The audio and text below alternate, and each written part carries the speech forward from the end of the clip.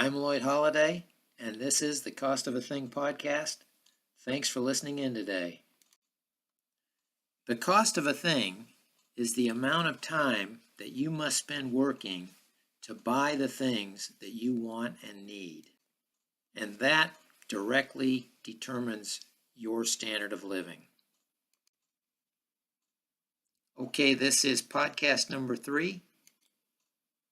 Part 2 of the housing ripoff, one of the top 10 super ripoffs that are negatively affecting our standard of living here in America today. As I talked about in the part 1 of the housing ripoff, the average house price in the 1960s was around 2 to 3 times the average person's annual income.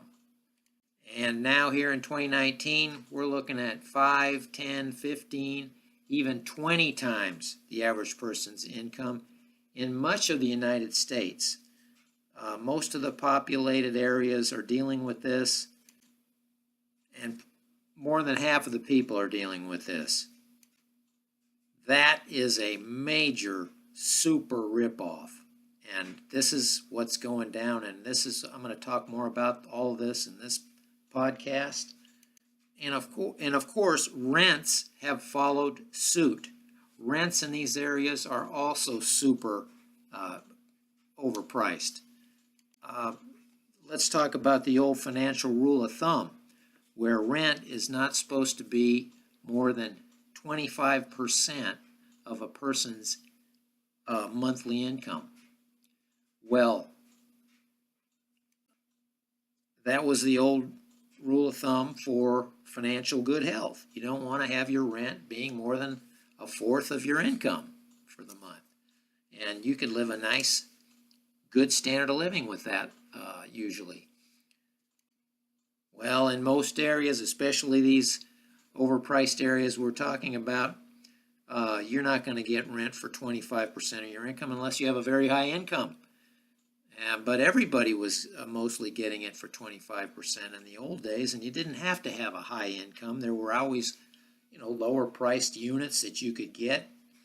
And of course, here in 2019, people are paying 50% of their incomes for rent, maybe even more, maybe 60%. They're piled up with roommates, 4 or 5 roommates in one little tiny apartment. And it's just a very difficult situation, and it's a low standard of living. When you've got to have 4 or 5 roommates, and you're a 30 or 35-year-old person, that's just a very sorry standard of living, in my opinion. And of course, these high prices for housing and rent affect the young people the most. Generation X, the Millennial Generation, and the younger generation after them. They are the ones that are hit the hardest by all of this because they don't have the money saved for a down payment. They don't have, they're just beginning in their jobs and they don't have a lot of income. And it really makes it hard for them to start families.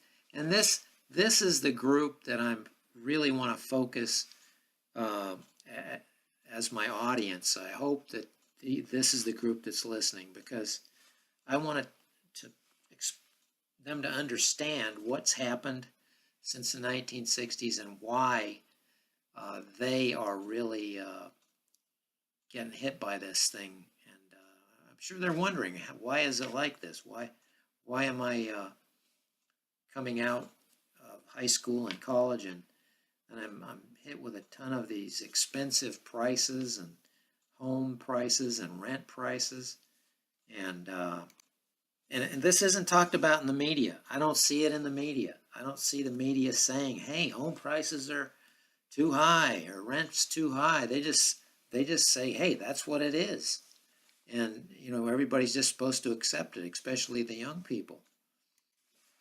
And I almost think the government and the media are trying to cover this whole thing up. They don't want the young people to know that, times were better in the past, and they just want them to accept things as they see them, and they come into the world, and this is the way they are, and that's the way of things. So you just, they don't want you to know, I don't think, how things were in the past and that they were better. Okay, so I want to go on and talk about how the free market law of supply and demand for housing in these areas has been corrupted, and by who? And here the main culprit is the government.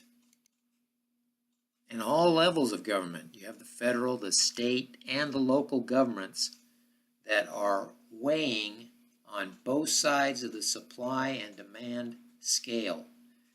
They're restricting supply on one hand, but they're pushing demand hard on the other side of that scale. And that's what's the main reason for these high house prices. You might say that they are rigging the supply and demand, the law of supply and demand for housing. So that's what we're going to talk about next. So how is the government rigging the law of supply and demand and creating this housing ripoff? And you'll see that there's many ways that they're doing it, and it's happening at all levels of government. They're all having an effect, and it's all a negative effect. So let's start out with the state and local governments. These are the government entities that control building and zoning. They have complete control, as far as I know, over building and zoning, and that is what affects whether you can build a house in a certain place, what kind of house you got to build there, and how you're going to build it, what you got to put into it, what regulations you have to comply with, and codes. They control all that, the local and state governments. And now I'm speaking from experience here, because I've built some houses and I've done a subdivision in California, and I'm speaking from experience here about California, but I know at least the neighboring states are much the same with their rules and so forth on building and subdividing. And some may even be worse from what I've read. The local and state governments, through their building departments and their planning departments and their planning commissions, and all these things that they have to control housing and what's built, they make it very difficult, very expensive, and they make it very uncomfortable to build a house or subdivide any land into smaller lots so more houses can be built on it. And I'm speaking again from experience here. It is very unpleasant. You would not like it. It would be like going in for a major operation where you don't even know if you're going to survive it or not. It's that uncomfortable and that unpleasant.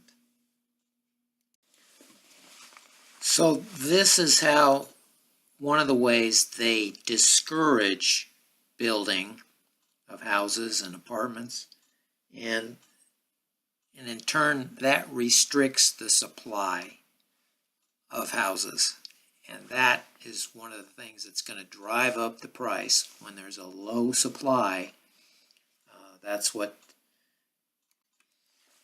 they want to make it so difficult that you just don't want to do it.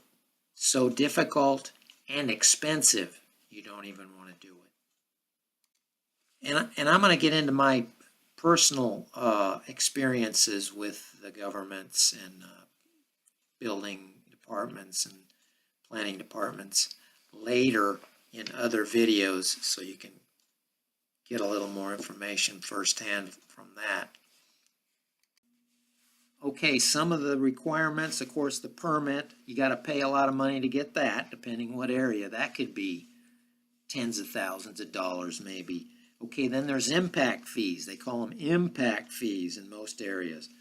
And that can be school fees, road fees, parks and recreation fees. And then there's more. They're adding those all the time. You go back in a couple of years after you built your last house, they'll have a bunch of more fees they're going to throw on there. Fire fees. It's endless what they can come up with. I haven't even looked for a few years, but I know there's more fees and more dictates from the state on how you got to build that house. And it's expensive. These fees are expensive. The school fees can be, several $1,000s. The park fees can be several $1,000s. In fact, they have a building fee. I think some of them are $25,000 just a building fee, just to start out. And then there's maybe moratoriums on building, even though you own a lot. Maybe you have it paid off free and clear, which would be astronomical price in most of these areas. They've got moratoriums where you can't build. Only a certain number of houses can be built per year in that area. They don't want urban sprawl. They want to keep it like they have it. The local people have their house, and they don't want anybody else crowding up their area. And this happens all along the coast of California. And those moratoriums, I don't know how many areas have those. They don't have them in our area. They just make it super expensive to build in the area that I'm in. But this is what goes on. This what affects how many houses get built. So they're making the supply of house less with all these hoops you got to jump through. By the time you get done jumping through all the hoops, you're going to feel like a poodle at a circus jumping through those flaming hoops, and your head will be spinning. It's really amazing how tough they make it on anyone that wants to build or subdivide. And of course, in addition to that, if you get your building permit, then there's all kinds of more hoops you got to jump through. You got to do certain kind of windows, certain kind of insulation, certain kind of fire sprinklers, and all kinds of these new codes. They get tougher every year. If you come back a couple years after you built your last house, they've thrown on about 20 new additional codes, and they're all expensive, thousands of dollars to add these things that they think you need, and they're going to force you to have. And subdividing, say you have a 10-acre lot, you want to break that into quarter-acre lots, so you get 40 lots. Oh my God! You better have lawyers, and you got to hire civil engineers to look at everything, and then there's environmental studies, and it's incredible. And then the lot itself up front's going to probably cost astronomical amount in some of these areas.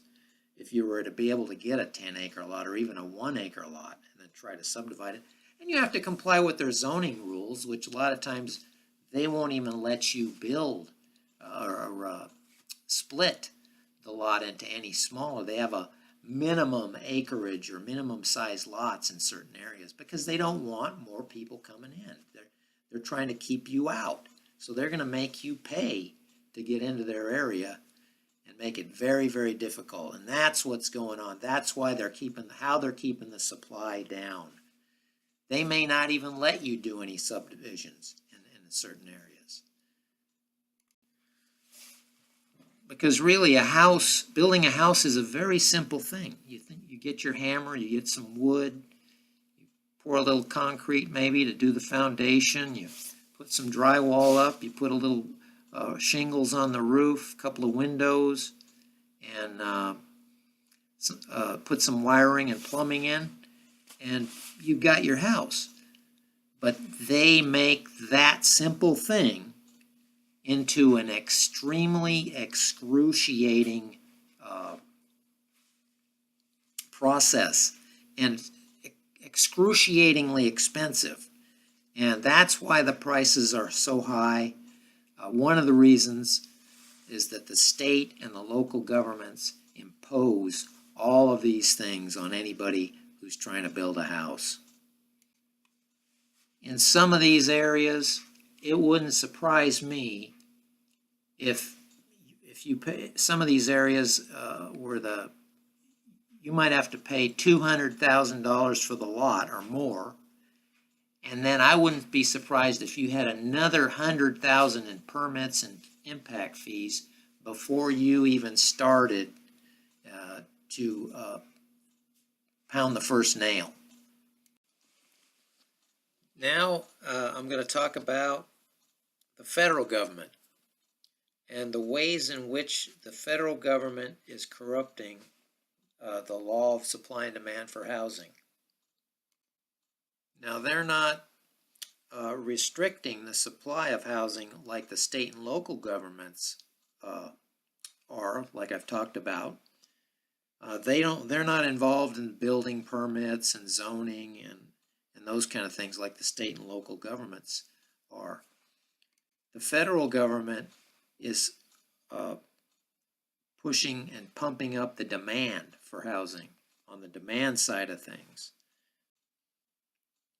And the first way that they amplify the demand for housing in the United States is through their immigration policies. Right now, the United States allows 1.1 million legal immigrants every year into the United States, year after year, 1.1 million. That is a city around the size of Las Vegas, full of people entering the United States every year. It's a huge number.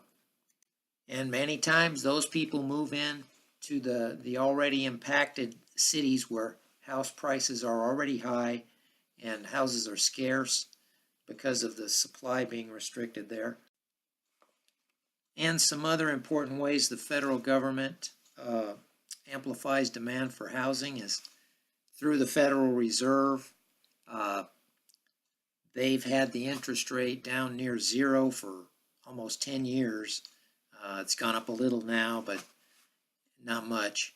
And that makes house prices go up because people then can afford a higher priced house with the lower interest rates.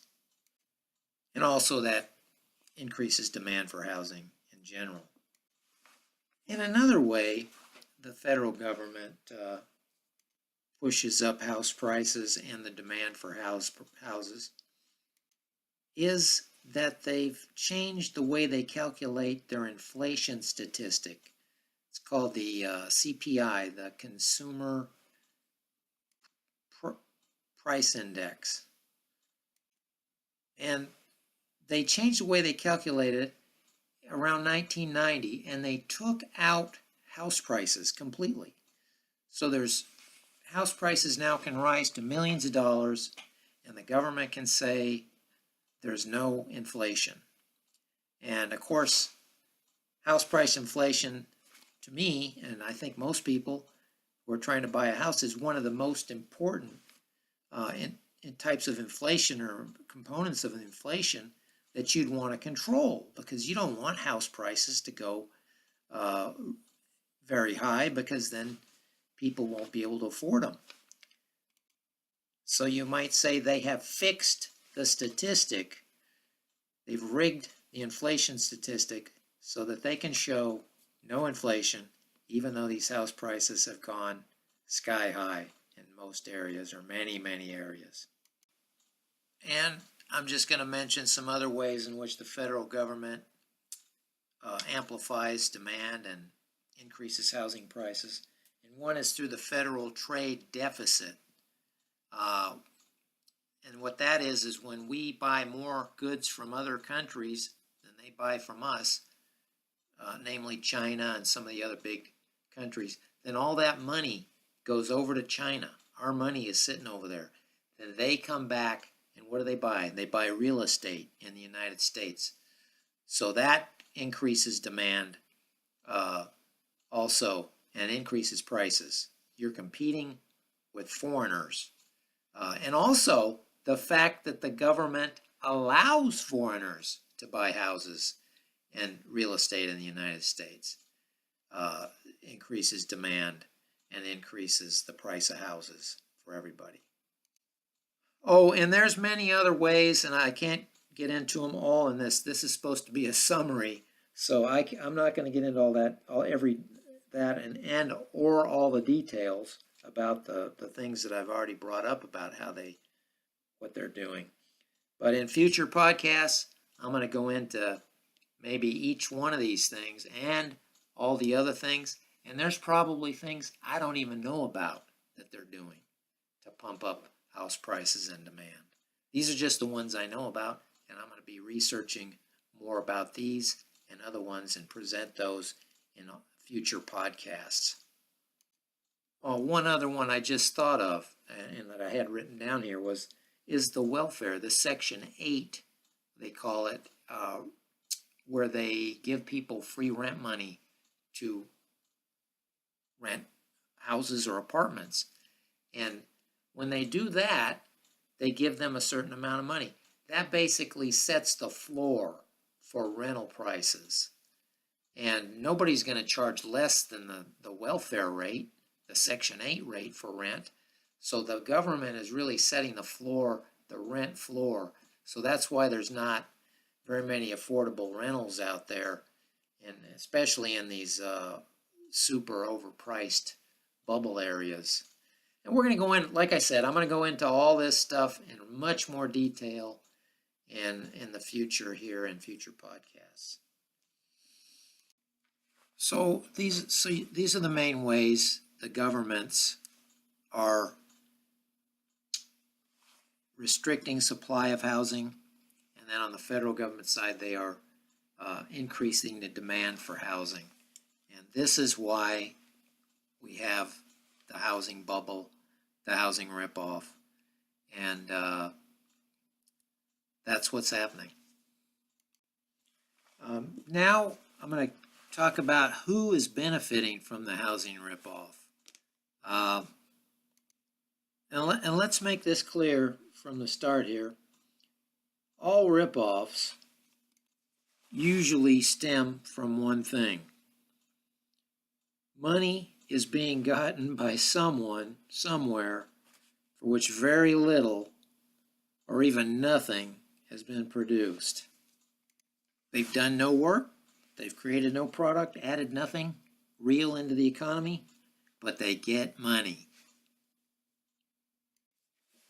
And this is especially true of the housing ripoff.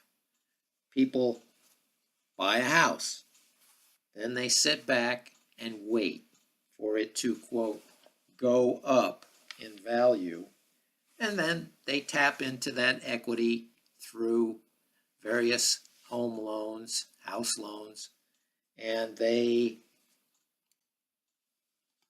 sell the house and get the equity that way.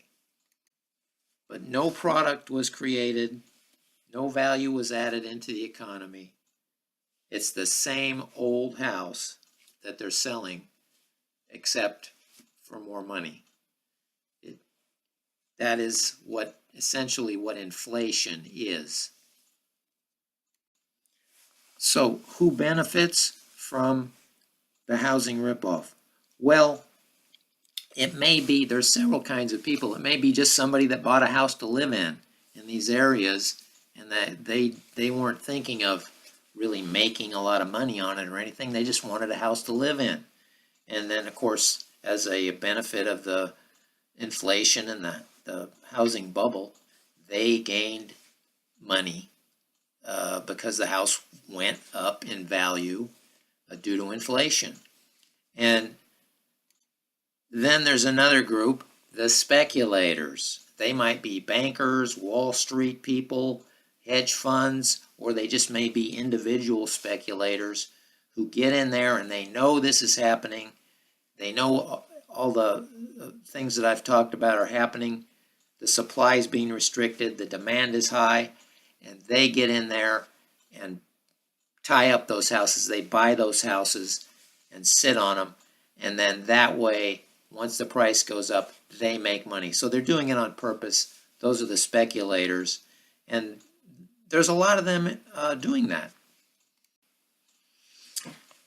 The speculators, they know that everybody needs a house, and they know the supply is being restricted by the state and local governments, and they know the demand is being pumped up by the federal government through all the things that I talked about earlier and more.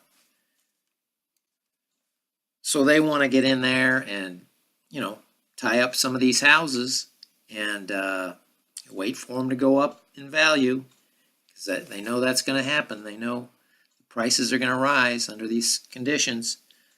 So they get in there and they want to be there in that toll position when you need that house, because they know everybody needs a place to live or a place to rent. So they want to be there when you come to get that house. And it's a lot like when you see over in Africa, you see the lions. They hang around the watering hole, and they know the zebras and the gazelles and the other animals are going to have to come in and get a drink sooner or later. They know they're coming, so they hang around there, and they wait for their victims. And the speculators, they're going to wait for their victims, and they're going to, get some of that easy money, ride that gravy train to that easy wealth. And of course, the governments themselves benefit from high house prices and the housing ripoff, mainly through increased tax revenues. Let's look at the state and local governments first. One of their big revenue sources is property tax, and that is based on the value of the houses in their jurisdictions. So if the house prices are higher, they're going to get more property tax. Also, when the phony equity money is withdrawn from the houses and spent into the economy, the local economies, that generates sales taxes. And that's, of course, collected by the state and local governments. And California, which is ground zero for the housing bubble and the housing ripoff, that's where it all started. They have benefited from the high house prices for a long time. In fact, one of the quotes in my book, The Cost of a Thing book that I wrote, the quote is, California has been living off phony house equity for over 40 years. I think for over 40 years that phony house equity being spent into the economy out there has been a very big part of their economy. And the federal government also benefits from increased tax revenues in the same way, but they collect it through income taxes. As people's incomes increase, the income they get from the house price bubbles, that gets taxed. And also they spend that money into the economy, and that creates more income tax for the government too. So there's many ways the government benefits, but they are benefiting. They like high house prices, and that's why they are probably so involved with keeping house prices high. So this is the very core of the housing ripoff. This free money that's gotten from the ever-inflating house prices, for which no product or service was given. Money that is gotten for doing nothing. And that is why the prices are so high. Because all this free money is out there floating around, bouncing around, and it drives up the prices of other houses. It drives up the prices of rents. It drives up the prices of everything. And this is why we've got such a problem with our economy. This is one of the central problems, is this housing ripoff and the other ripoffs that I'm going to get to. I always wanted to say that in that way, in a very dramatic way like that, and there it is. Ever since I heard, I think a famous lawyer would use that, and he used that in one of the really big trials, in a really dramatic moment. Well, that was the most dramatic moment of this podcast. So there's trillions of dollars of this free money that was got for doing absolutely nothing, that's floating around out there looking for something to buy. And that money is out there in the marketplace, just like your money that you and I get from doing real work. So our money that we get from work is competing with that free money to buy things. And that is what drives prices up, because that money, there's no product associated with the free money. There is a product associated with our money that we work for. Something was added to the economy there. But the free money, the trillions of dollars in free money that's been given to these speculators and others, is diluting the money that we get. The value, it's diluting the value of the money that we get from work. That free money is basically counterfeit money. It's as if somebody's got a printing press and they're printing counterfeit money and then spending it into the economy, and then we wonder, when we go spend our money we get from work, well, why doesn't our money from work buy more? Well, it's because you got all this fake counterfeit free money in there competing and diluting the value of your money that you get from work. And that's why the housing ripoff and the other super ripoffs are so destructive to our standard of living. They reduce our standard of living. Because our work, the money we get from our work, buys less. And those things we need to buy, need and want to buy, they are more expensive because of all of this free money out there. It takes more time working to get those same things that we used to get for less. So the housing ripoff dilutes the value of the money that we get from working. And it dilutes the value of work itself.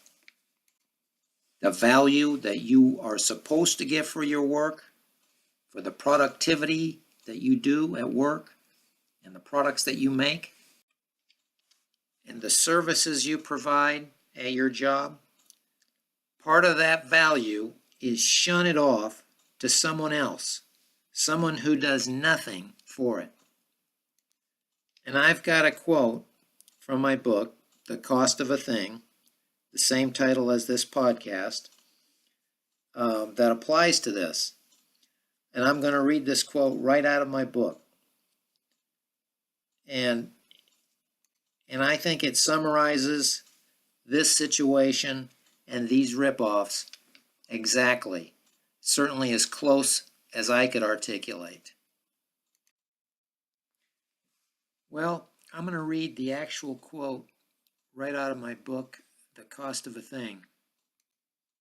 Most of the money and so-called wealth accumulated in the United States is not gotten by working, but for doing exactly the opposite of work, for doing nothing, not a damn thing.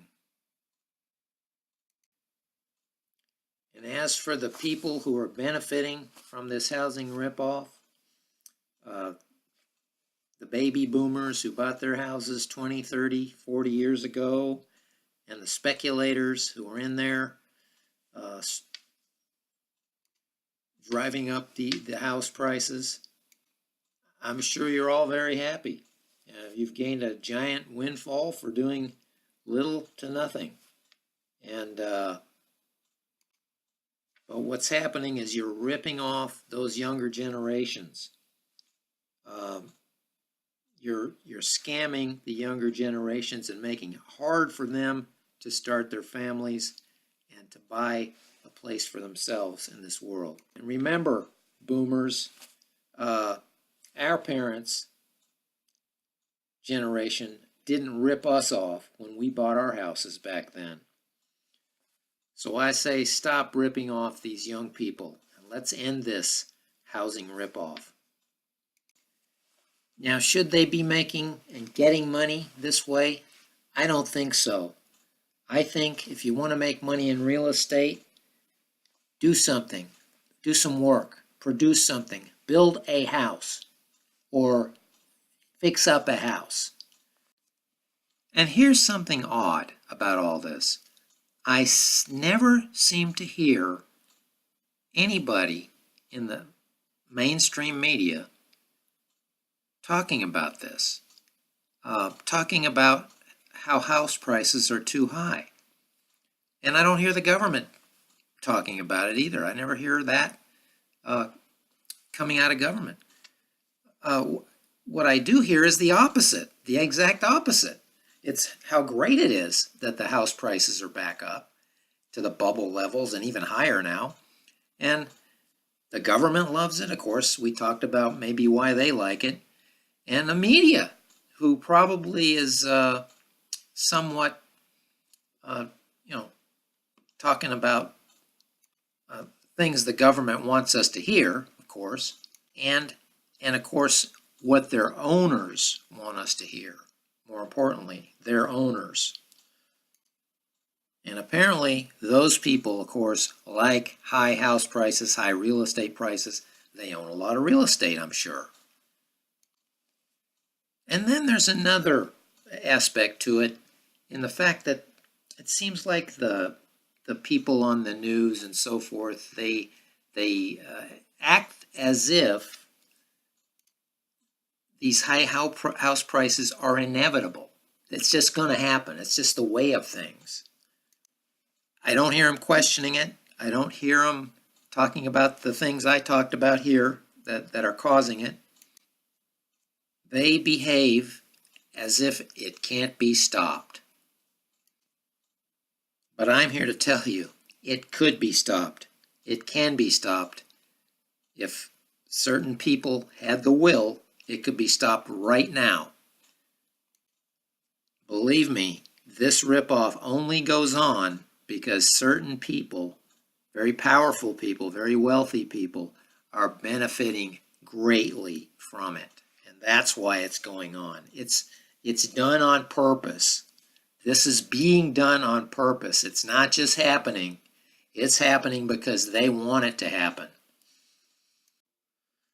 And another reason it's not being talked about in the media is because the young people who are affected mostly by this, the Generation X, the Millennials, and the generations after them, they don't have a lot of money to buy billion-dollar news stations to disseminate propaganda or even the truth. They don't have that. So but I'm going to talk about it. I'm going to talk about it because I think it's the central issue that's leading to the destruction of the standard of living in America today. It's not just the younger people either who are being affected by this. It's anybody who didn't buy a house over the years. Maybe they rented. They didn't want to buy a house. They're caught up in the rent spiral just like the young people are. So I'm going to wrap up this podcast number 3 of The Cost of a Thing, which was part 2 of the housing ripoff. This went long today. I'm trying to keep these podcasts at 10 or 12 minutes or so, and this went way longer than that. But I wanted to finish the housing ripoff and get on to some of the other super ripoffs that are affecting the economy. And of course, one of the reasons I'm doing these podcasts, besides just getting this information out there that I think is important, is to call attention to my novel, The Cost of a Thing. Has the same name as the podcast, and that's done on purpose because they are about a lot of the same things. And it's a story about a family living in the 1960s and raising their kids, and then the next generation, their children, and how they raised their children in the 2000s. And it's quite a contrast. And there you can see the difference, the great contrast of how it was to buy and own a house back in the 60s versus doing that in the 2000s and even today. And the book is really a lot about how it was to live in the 60s. I grew up in the 60s, so I know how it was, and versus how it is today. And if you're interested in that kind of thing, you can see the Amazon link there to my book on the screen, and you can go over there and take a look. There's some more information over on Amazon about it, and you might want to take a look at that. Thank you for listening in today, and until next time, this is Lloyd Holiday signing off.